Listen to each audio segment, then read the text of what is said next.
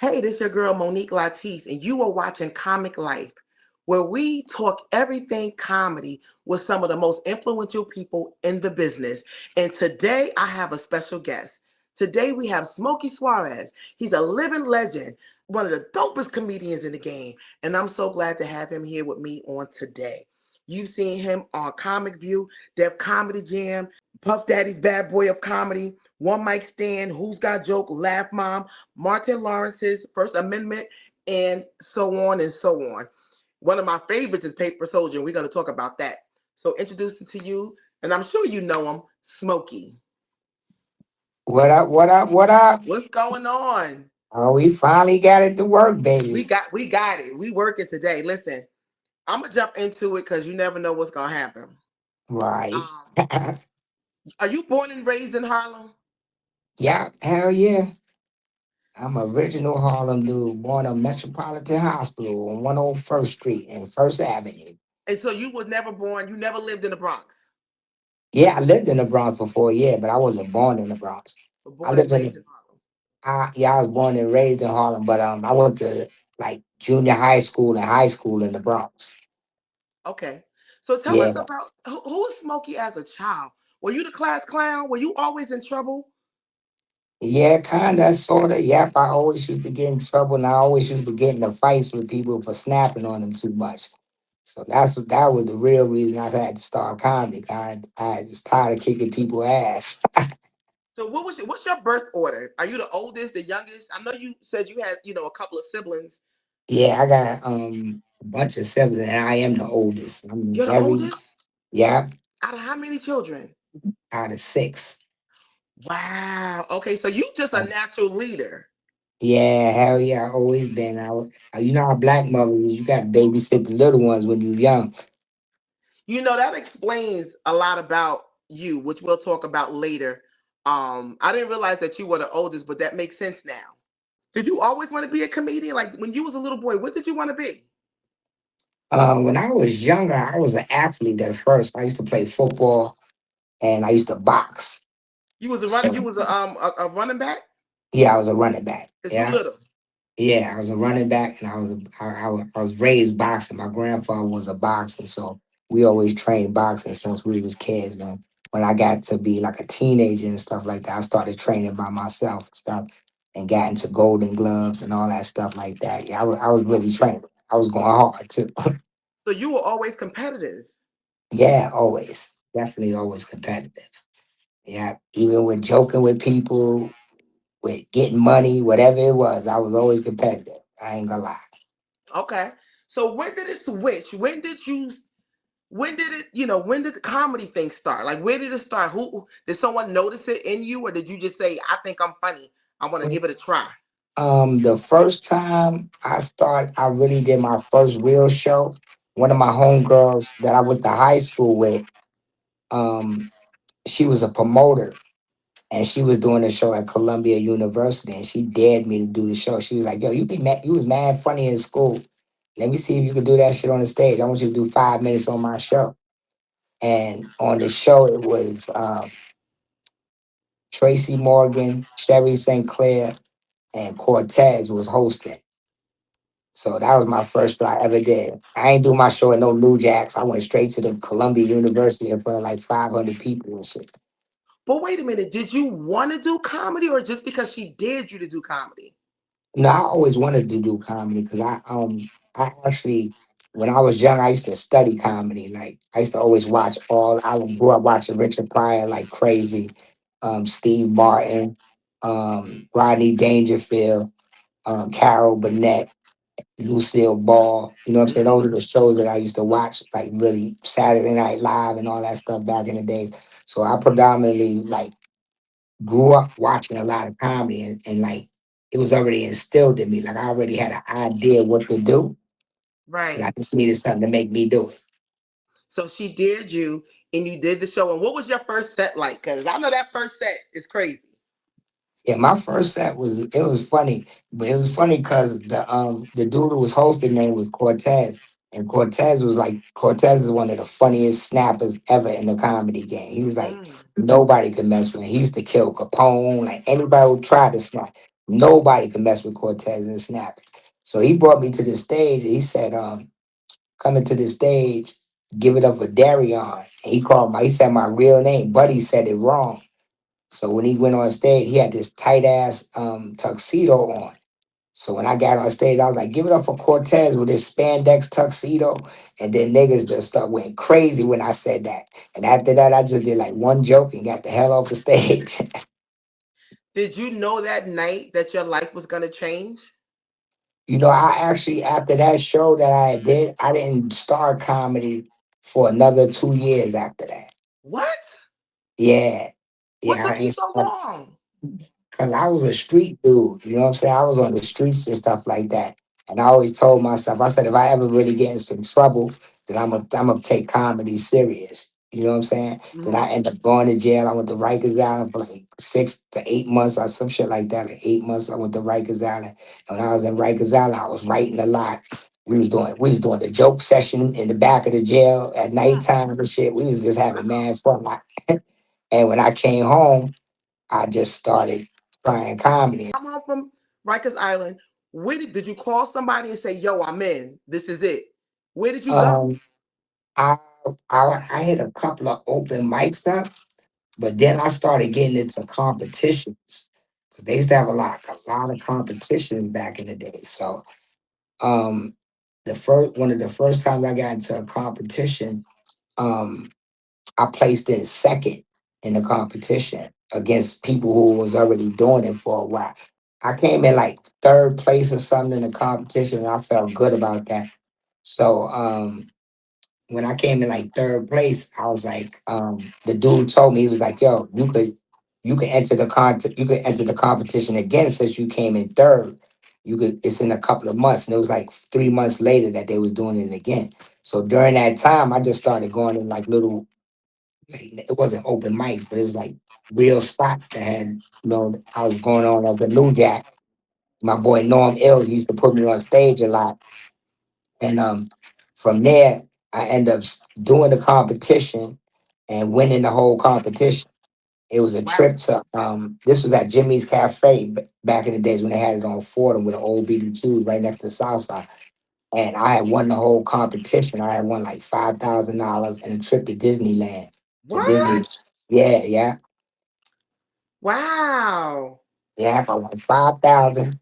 And then after that, I just started, I was getting in like all different kind of competitions. I started doing like really working out, really hitting the stage hard and stuff like that. Then I Who had were one. some of your comedy influences? Richard Pryor was definitely my main influence, but Martin Lawrence was the one that really made me step out the box Mm, and start comedy. When I was watching Def Jam and I seen how Martin had that streetish type, hip hopish type of comedy, like that Martin type of comedy, and I felt like I had that same kind of energy and right. stuff like that. So that's what really motivated. Like Richard Pryor inspired me, and Martin Lawrence made me do it. I love it. I love it. Who's one comedian that you work with that you was like, oh my God, like I'm here with so and so? Damn, like I worked with everybody, but when I Like was new in the the game, first time you worked with somebody and you was like, wow, I'm really here. I'm really doing this. From the um, streets to the stage. yeah. So early in the game, me and Mike Epps was cool. You know what I'm Okay. saying? Mike was from the country, but Mike was a street dude, and I was a street dude. So me and Mike, we connected to each other just from that alone. You know what I'm saying? And back in the days, a lot of niggas used to hate on Mike Epps, shit. Back in the days, because he was a little country dude coming up to New York, getting all they chicks, taking all they chicks and all that shit. So they was hating on Mike, but me and Mike always stayed cool, and from there, I just started like meeting mad different people. Like it just started getting crazy. We used to do a club called the Boston Comedy Club downtown in the Village, Hmm. and in that club, like every comedian that you can name popped up at that. I mean, like Jerry Seinfeld came there, Chris Rock came there, like mad big comedians used to pop up there like at any given time. So that's where I was starting to meet bigger comics and stuff like that, and yes, and working with I them want on to the touch small on stage.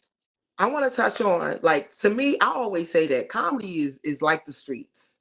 It can Yeah, be, dealing with some of these promoters, dealing with some of these comics. I've seen it get very gangster. yeah. You gotta When have you, a hustler mentality in the comedy game. You gotta have that hustler's mentality in the I was comedy gonna game. say, talk about some of the skills that you had as a street hustler that you was able to translate it over to comedy that has made you successful. Negotiating deals with people, like making my own deals. I never really used a manager a lot of times. I went through my whole career practically with one manager. You know what I'm saying? Like I only really was manager like one time. So my negotiating skills was really good. You know what I'm saying? And when I started, um, I produced a lot of my own shows. Like Mm, instead of going to mics and stuff like that, like a lot of other the young comics, I was producing shows out the gate. Cause I still had a couple of dollars from when I was hustling, so I ain't have to work and stuff like that. I had money for like another year, some change. You know what I'm saying? That I was working off of, so I didn't really have to go on the street. I mean, go and get a job and try to make money and stuff like that. So I just started producing my own shows and stuff like that. So that was definitely mm-hmm. my motivation. Yeah, producing my own stuff. Yeah, so I'm glad you said that because I kind of feel like a lot of these comics now, they just want to get on stages. They just looking Hmm. for stages. It's very few of us who create our own platforms where we're inviting people to come on, and that's how we network. I tell people Yeah. all the time, real networking is inviting people into your house. Hmm. Not just looking for mics to get on. So, Yeah, because when for I met somebody you, to you put you had on. Mocha's. Mocha's was one of the hottest joints in Yeah, the game. yeah, yeah, yeah. We had How long did mochas. you have Mocha's? I had mochas for like almost 12 years, I think, something like Straight? that. Yes, 12 years straight. And then I had Cafe Lou's at the same time. So I was doing Cafe Lou's and mochas. I had the Sunday at Cafe Lou's, then we had the Monday at mochas. So we had both of them popping at the same time.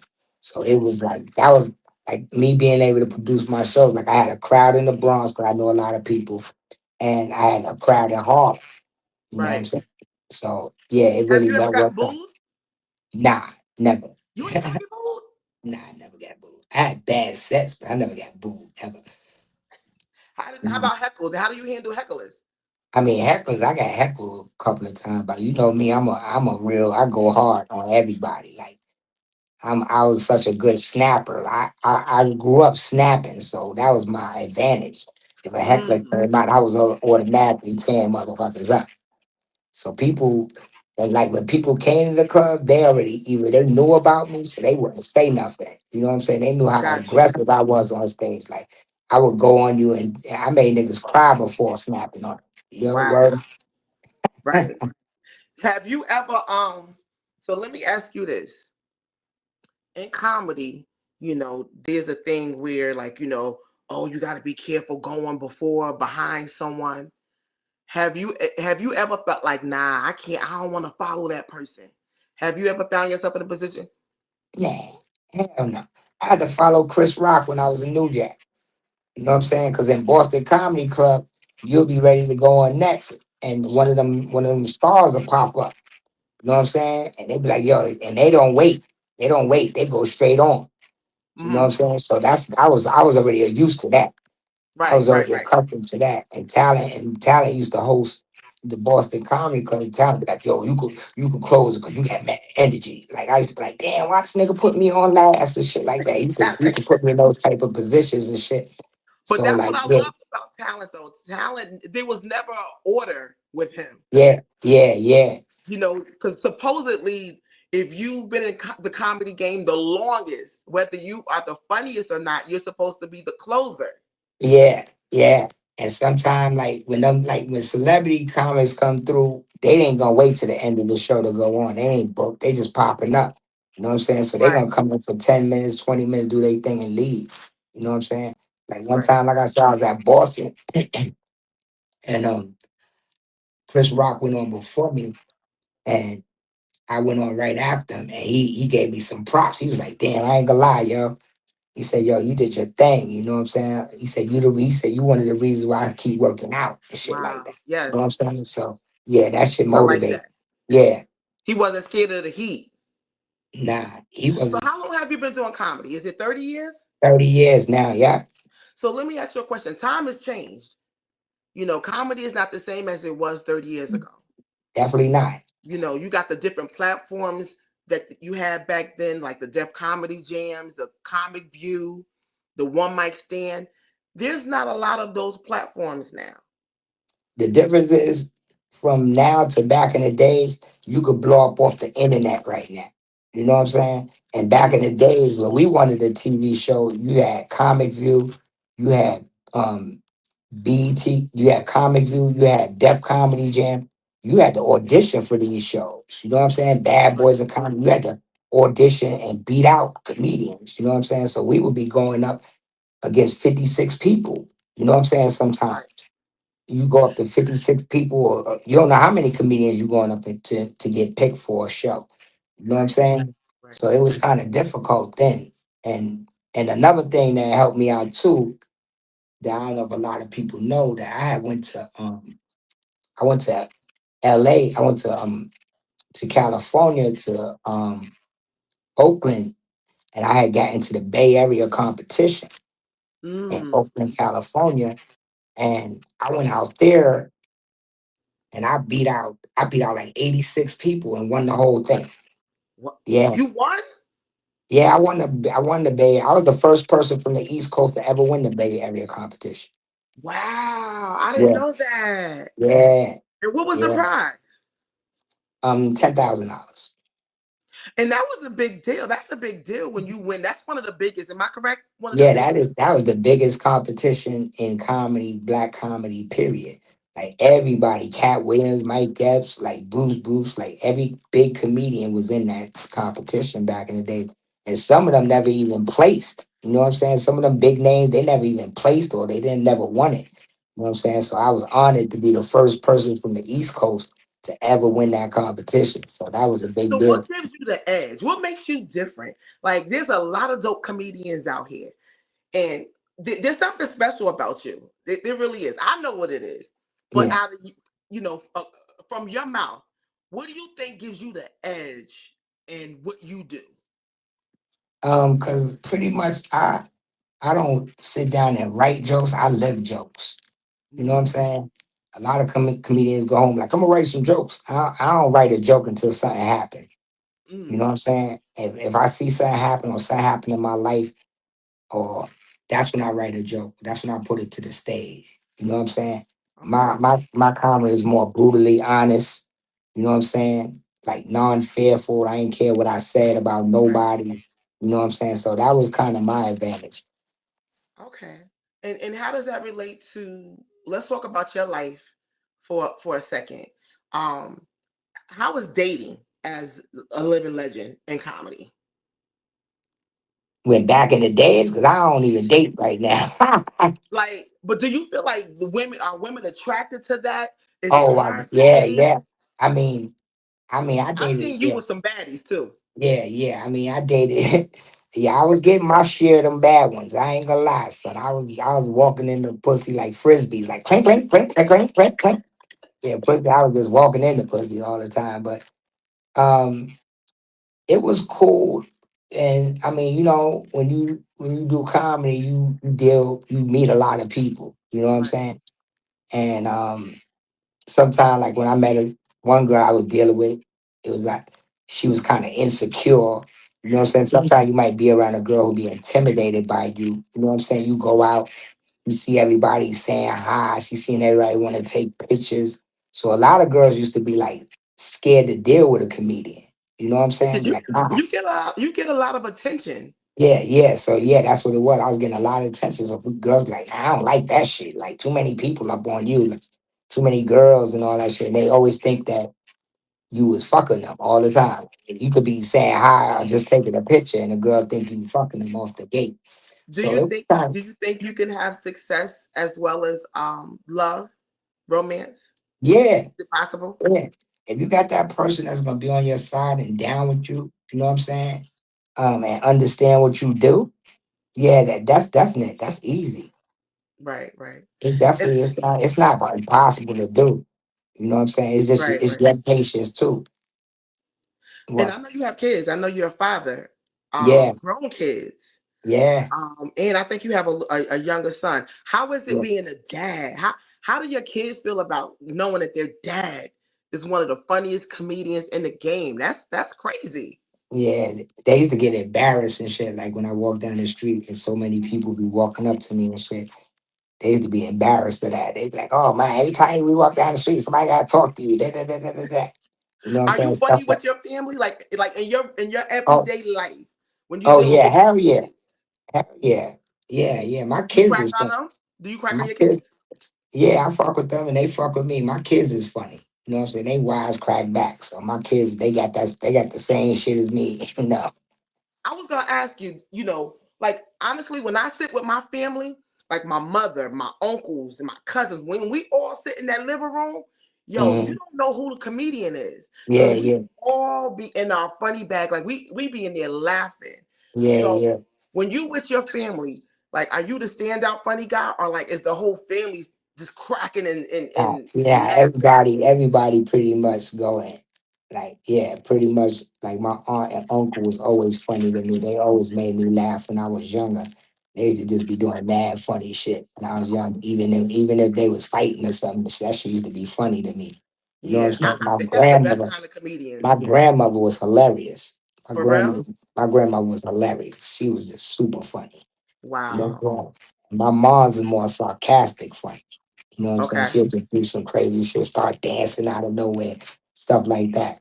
Yeah. But yeah, pretty much all my family was like pretty much wisecrackers, except my brothers. My brothers wasn't really into that. They was Yeah, like, nah, I ain't with all that yeah, funny stuff. yeah. Was mostly street dudes, but one of my brothers, he he switched around. He became a preacher and stuff like that. Oh, He's a okay. brother. Yeah, All he right. Do changed. you go to the church? Hell to the no ski. I do not fuck with Well, no how do church. you handle that leads me into the next question. How do you handle when life gets dark? Because I kind of feel like as comedians, and I don't know if it's me, but when life get dark, it gets super dark, I right? mean, yeah, shit. I had to handle a lot. Like my mom had passed, then my father had passed like a couple of years later. So my shit got real dark at one time So where how do you take I care of had to use Smokey? I had to use comedy as a crutch, kinda, because that was the only thing that kept me my mind off of what I was going through or what I was thinking and stuff like that. So during those hard times when my mom was sick with cancer. I had to go harder on stage, like to try to keep it off of my mind. You know what I'm saying?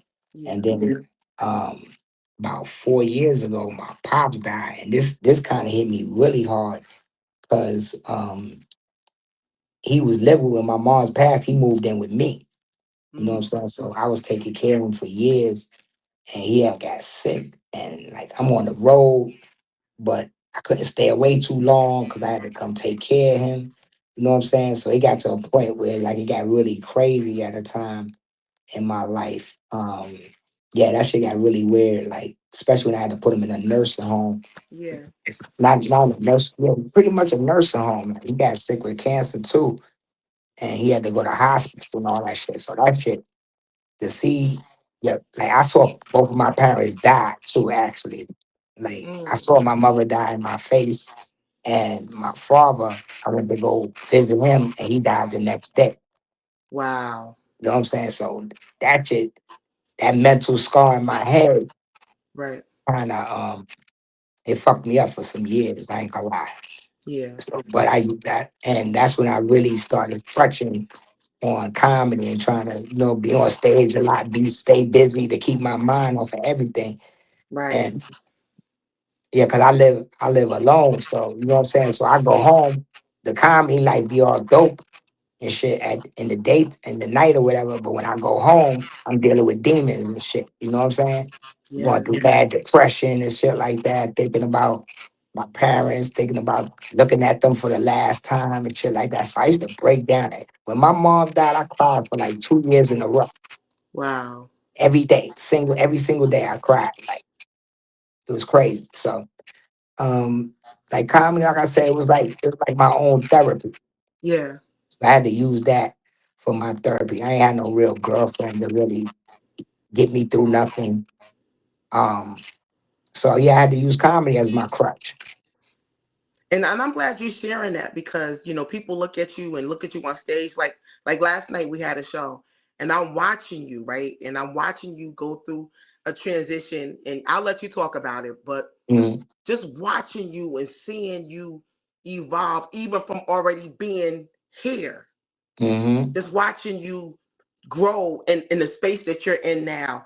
It's like I'm so grateful that I get to see it. Mm-hmm. You know what Yeah. I'm saying? Like, you know, for us to be able to witness someone, a living legend, and watching you, perform and navigate your life, it's an honor because we don't always get to see this. We don't get to see the Mike Epps and the Moniques. We don't always get to see the story. Mm-hmm. Yeah. So I thank you for allowing the young guns of comedy to seeing you because you've walked with a lot of comedians. You've grown Yeah. with a lot of comedians, and I know we talked about it last night. How you saying that you're like in a new phase in your life, and you're going Mm-hmm. to be doing things a little different. Do you want to share some new things that's going on in your life? Oh yeah, yeah. I just stopped smoking weed. I was Wait. yeah. Say it again for the people in the back because that's a big Yeah, deal. yeah, yeah. I just started smoking weed like 18 days ago. Wow, So that's me, commendable. yeah, and I've been smoking for like 40 years straight, damn near. You know what What I'm made you saying? stop? I don't know. I mean, I kind of know. Like, it's funny because one time my mother had told me, she's like, "Yo, if you stop smoking, you gonna get much further in your life." She told me that shit like years Mm, ago. You know what I'm saying? So that always stuck in my head. But I always wanted to just take a break anyway. You know what I'm saying? Health right. reasons. Um, So you're not uh, promising forever. You just giving yourself a little break now. no, I'm taking it day by day. I'm not I like saying what that. I'm doing. You know what I'm saying? I'm taking everything day by day. Is comedy Um, different with no weed? Like what's comedy like? I saw it. yeah, I saw the comedy with no weed and yeah, bro. yeah. I mean, it don't. I'm funny. Period. Like I don't need marijuana to make me funny. I don't need no kind of drugs or nothing to make me funny, like liquor or none of that. I don't need that. I mean, I'm naturally funny. You know what I'm saying? I know that myself. I know I've been making niggas laugh way before I was smoking weed. You know what I'm Right. saying? So, But the people that don't know that, in our head, all right, he smoke weed, he get on stage, he funny. We don't yeah, know that. people know me for that. Like, oh, Smokey smoking weed, and I come in the Smokey. club and everybody smell weed. They like, oh, Smokey here. You know what I'm saying? And you sometimes you gotta grow out of things. You know what I'm Mm, saying? Some things. Yeah, I mean, I have fun doing it and all that shit. And my mindset just changed like incredibly, like especially for the new year. I started thinking different for the new year. You know what I'm saying? I got a yeah. son. I don't want my son looking at me like I'm the weed head or marijuana, like I need weed. You know what I'm saying? My son don't smoke and he's like 16 and I'm so proud of him not Mm, being a follower like all these other little kids. You know what I'm saying? A lot of these young youth right now, all they do is smoke weed all day. mm, You know what I'm saying? So I'm yeah. trying to set example not only for myself, but for my son too. You know what I'm saying? Letting him know. I told him he was the first person I told. Like I said, I'm about to Wow. stop smoking. You know what I'm saying? He's like, what? Yeah, I was like, yeah, I'm about to stop smoking. And you know what I'm saying? I just did it. You know what I'm saying? One day I went out of town. Um, I went to Boston, came back. The next day I was like, I quit.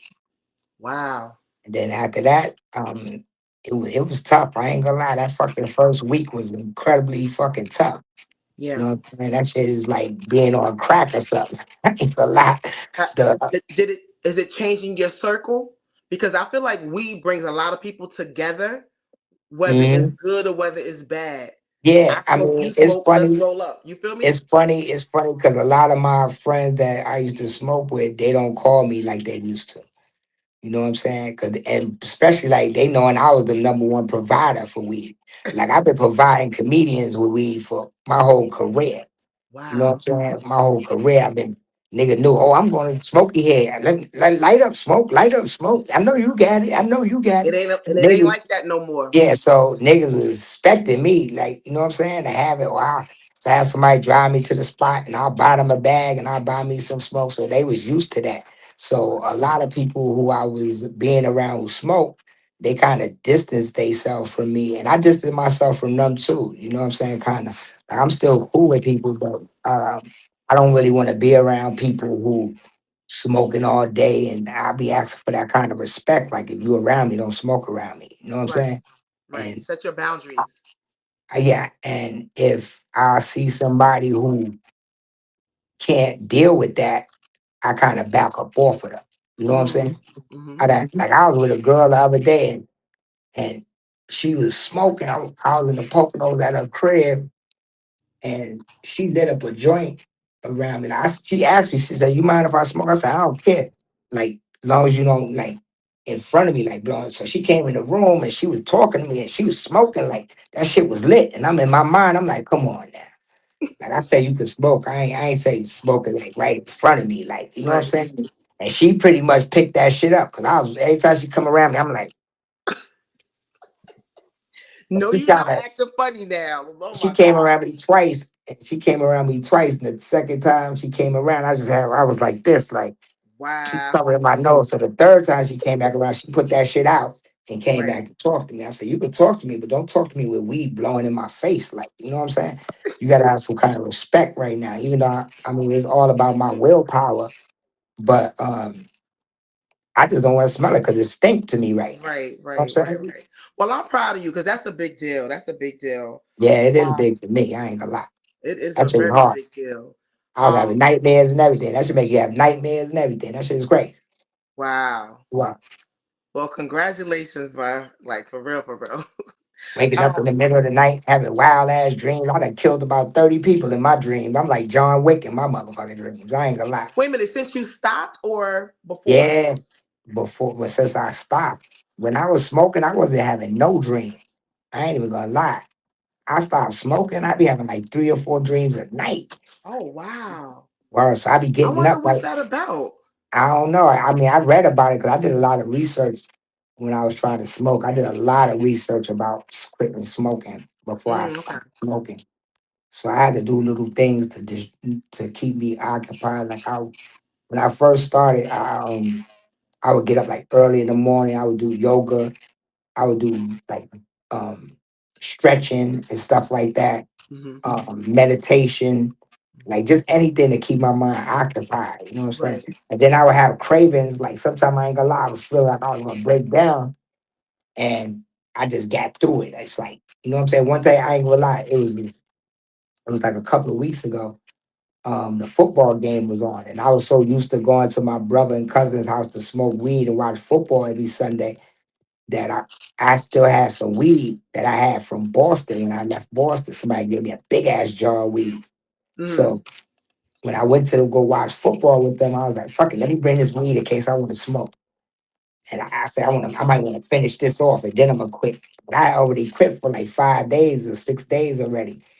So when I went to the crib, I went to the store and I bought 2 blunts and I went upstairs and shit. And everybody was smoking, people were smoking in the crib. And I rolled a blunt, right? And I went to the stove and lit the blunt. And by the time I went to sit back down, the blunt went out. Mm. And when the blunt went out, I was like, that's a sign. You know what I'm saying? So Right. that day, like I was tempted to smoke. I was fighting that shit. And then that wasn't it, because that day I ended up spending the night there. Then the next day, my man was smoking in the living room. That shit was stinking. I went and rolled another blunt. And I was about to smoke it again. Right. And then the God's honest truth is me thinking about the people who were supporting me Hmm. when I was talking about it on the internet, like, you know what I'm saying? Being on the internet and talking about it, all the people like, yo, Smoke, I'm proud of you. You helped me. Like some people was like, yo, I'm gonna stop smoking too. Like I was motivating people Right. to stop smoking and going the same path I was going on. So I Right. kept thinking about that shit. Hmm. And I was like, I ain't want to fail them kind of, you know what I'm saying? Be like, Right. yo, I'm smoking again. Like, you know what I'm saying? So Yeah. I gave the blunt So they were to holding my you man. accountable. You Yeah. allowed your supporters to hold you accountable. Yeah, yeah. So I took the blunt and I gave it to my boy, and he smoked it, whatever. He took it, whatever. Then I still had a big ass jar of weed. And I was like, you know what? Fuck it. I gave it to my brother and like, yo, take that shit. I'm not gonna be around this shit. And Wow. just yeah, I gave him the weed, then I left. Yeah. So what can people expect? Like what's your goal now, like for your comedy, for your career? You're gonna do something different, now that you're working on your health and getting things in order. What can we expect Oh, I from got you? this is one of the main reasons too. Like I got a lot of stuff on my plate. So I just want to be focused for that. You know what I'm saying? I got a lot of things coming up that I'm doing. Like I wrote this show Mixed Nuts and I got it on it's on Tubi and I'm about to shoot my second season of that. And I Is it on wrote a Tubi right movie. now? Yeah, it's on Tubi now. It's called Mixed Nuts. Mixed nuts. Um Okay. yeah, it's like it's sketch and comedy, sketch show with comedy and stuff. So yeah, I wrote a movie also, and I want to start filming in the spring. You know, I just want to use that to clear my mind and be more focused on my what I have to do. Like my podcast starting up. Yeah, as you know, I was on the Instagram and I was Rocking. doing the wake and bake in the Yes, morning, and that shit was really popping. Like I really it had a lot was. of people tuning into that shit, and everybody's like, "Yo, you gotta start your own podcast. You gotta start your own podcast." So, those are things that I got coming up. You know, what I'm saying I got another TV show I'm about to film. Nate Jackson got the new show coming out called Nate Jackson's Super Funny Comedy. It's gonna be like Def Jam, Mm. and they filming in Seattle, Washington, um, starting the 24th to the 26th. Oh wow. So I'm going out there to film that. And yeah, I'm just trying to stay focused on business. Like, you know what I'm saying? Yes, yes. Well, we love it. I mean, honestly, I could go on and on with this interview. I mean, I have more questions, but we don't even have the time. I'm gonna have to bring you back for part two because it's just so much that we could talk about that we didn't even touch yet. But you Yeah, gave us a lot of good information. We're proud of you. I'm proud of you, and I appreciate you coming on to Comic Life because this is what the show is about. Is we talk about comedy. We also talk about like real life and what it takes to not even just be successful in comedy, just to get on stage every day and do what we love to do. People think yeah, we just love to do it, but sometimes we do it because we, like you said, when you went through the death of your parents, it was your clutch. So hmm people see you grinding, they don't know what it's taking you to get on stage. yeah, yeah, So yeah, I'm yeah, glad that you shared that with us because yeah. there's a lot of people that's watching and wondering how he do it. You Yeah. just you You gotta just get through told us them how you dark do it. times, man. You get through them dark times, you definitely gonna shine in the light. Word up. Yes, You make it yes, through the dark, you're gonna kill them in the light. yes, and you killing them. Listen, after 30 years, like who has a career for 30 years and still doing their thing? Mm-hmm. Smokey Yeah. Suarez. Well, I thank you. I appreciate you. What do you have any last words for the people that's watching you right now? Thank y'all for the support. You know what I'm saying? Keep supporting me. Follow me on social media, Smokey Suarez, Instagram, Facebook, um, TikTok, all that stuff, and get ready for my new podcast coming out called Let That Be the Reason. Yeah, so y'all gonna be seeing a lot, y'all. Y'all definitely gonna be seeing a lot. It's Smokey 5.0 right now. We about to step the game up like 10 notches right now. Word up. I You see my love eyes is it. clear and shit. Taking deep breaths and all that shit is make it crazy, man. Word up. Listen, I love it. I'm here for it. Yo, listen, thank you guys for tuning in. This is Comic Life with your host, Monique Latise. Catch us on the next episode. Peace. Peace out, y'all.